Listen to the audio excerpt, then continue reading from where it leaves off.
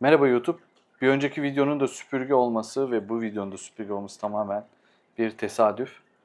Ve hiç adını sanını duymadığım BİM'de satılan Hafer zannedersem marka dikey süpürgenin incelemesini yapacağım. Açıkçası hiçbir inceleme yapmadan direkt satın aldık. İçişleri Bakanı iş yerindeki arkadaşları BİM'e gelince hepsi birden almış. Bizimki de gitmiş almış. Valla herhangi bir fikrim yoktu. Direkt ürüne öyle bir sonrasında baktım YouTube'dan. BİM'de satılan en uygun fiyatlı dikey süpürge olarak geçiyor. Bu fiyata bir dikey süpürgenin olmadığını söylüyor herkes. 3600 TL bandında olan, adını sanını duymadım, bilen varsa veya fikri olan varsa altta yorumlarda her zaman fikirlerimizi paylaşabileceğimiz bir platform var. Oradan devam edersek sevinirim. Böyle kadraja sığmayan bir kutuyla geliyor. Üzerinde 5 yıl motor garantisi varmış. Açıkçası 5 yıl sonra bu firma buralarda olacak mı bilmiyorum. Şu firmanın da günahını almayayım, hiç tanımıyorum. Ömrümde de duymadım.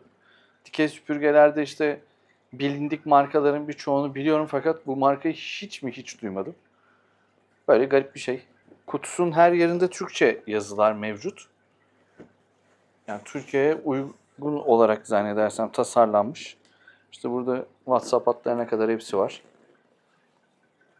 Böyle Quick Clean Pro şarjlı kablosuz dikey süpürge toz torbası kullanıp yıkanabilir HEPA filtre, 2 kademeli güçlü motor, motorlu soft dry başlık diye geçiyor. Şimdi kutu içeriğine geçmeden önce de kanala abone olursanız sevinirim.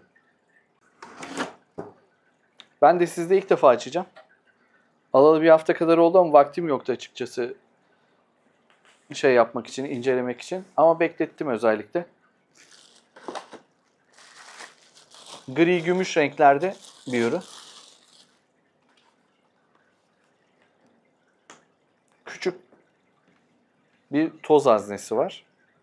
Bu filtreler daha sonra bulunabilecek mi tabii onu da bilmiyorum. Burası anladığım kadarıyla pil soketini girdiği yer. Kilit ve açık şeklinde buraya 2 tane ibare koymuşlar. Onlara bakacağız. Şu zannedersem bu mandaldan aparatlar takılıp çıkartılıyor. Şurada da power güç şeyi var. Yok, güç şeyi burada mevcut. Burada da kademeyi herhalde. Yok, buraya bakayım. Ne olduğunu bilmiyorum. Sallıyorum şu anda. Bunu buradan bu şekilde çıkartmaya yarıyormuş. İçerisinden böyle bir HEPA filtre çıkıyor. Dışında böyle bir anladığım kadarıyla cırt cırtlı bir şey var. Dış kısmında böyle filtreyi nasıl diyeyim bir miktar koruyan bir yani ağ tarzında işte ızgara tarzında böyle bir filtre malzemesi var. Bu diğer büyük süpürgelerdeki Siknon teknolojisine benzeyen partikülleri inceltmeye yarayan böyle bir delikli bir hazne var içerisinde. Bu nasıl çıkıyor buradan? Buradan herhalde kurtarınca çıkıyor. Bu şey max buraya kadar dolduğunda dolmuş oluyor. Böyle de bir filtrenin dış kısmı mevcut. Burada çekiş motoru yer almakta. Burada da markaya yer verilmiş. Bu ağır bir şey. Belli ki pil. Evet.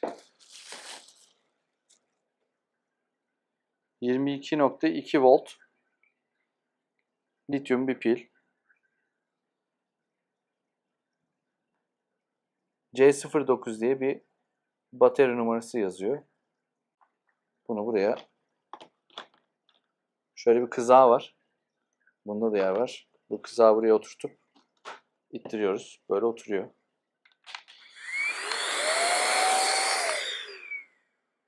Şöyle mikrofona yakın tutayım.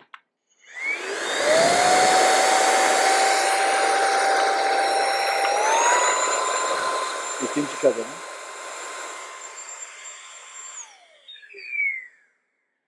Güçlü bir ürüne benziyor. Bakalım. Burada kullanım kılavuzu mevcut. Türkçe.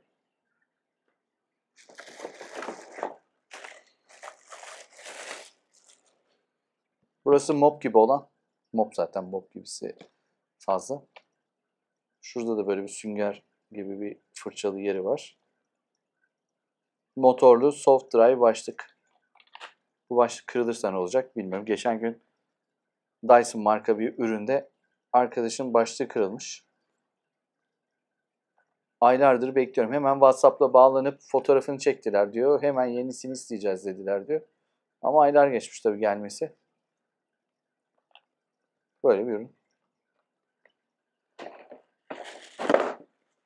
Ben de iyice huysuz ihtiyar oldum. Ha. Bütün her şeyi gömüyorum. Bir tane düzgün videom yok son dönemde. Hep şikayet, hep şikayet. Yaşlandım galiba. Up to date teknolojisi varmış bunda. O ne demek?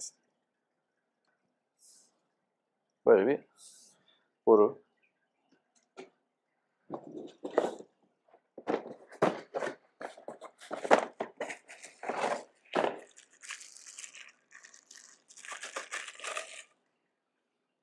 Böyle koltuk aralarına girmesi için araçta vesairede de kullanılacak.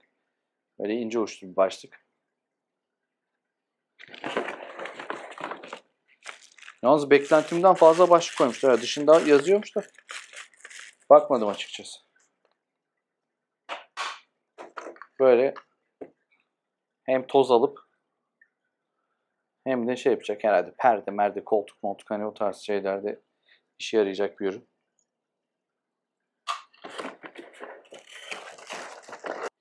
Ürünün şarj aleti şu alt kısmında bir yer var.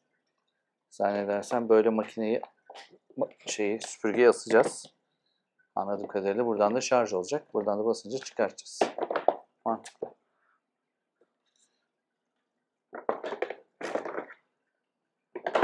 Şöyle yapacağım. Şu anda açıkçası ev temiz. Hem robot çalıştı hem de ben öyle bir üstünden geçtim. Öyle açık gidip de baklamakla işte mercimek falan döküp de video falan da çekemeyeceğim yani. O biraz üşendim açıkçası. Şimdilik videoyu burada kesiyorum. Bu ürünü bir süre kullanıp test edip ondan sonra fikrimi sizlerle paylaşacağım. Ürünü parayla satın aldık. Herhangi bir reklam vesaire değil. BİM süpürge diye de zaten paylaşacağım. Herhangi bir olumsuz vesaire bir şey varsa da söyleyeceğim. Olumlu şeylerini de söyleyeceğim. O yüzden içiniz rahat edebilir. Şimdilik bana müsaade. A few moments later.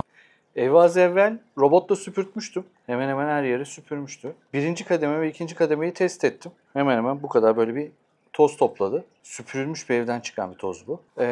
Hafif bir ürün. Ama tabii bir süre sonra bileği hafif yoruyor ve ilk defa kullandım. Diğer elime aldım ve aynen devam ettim.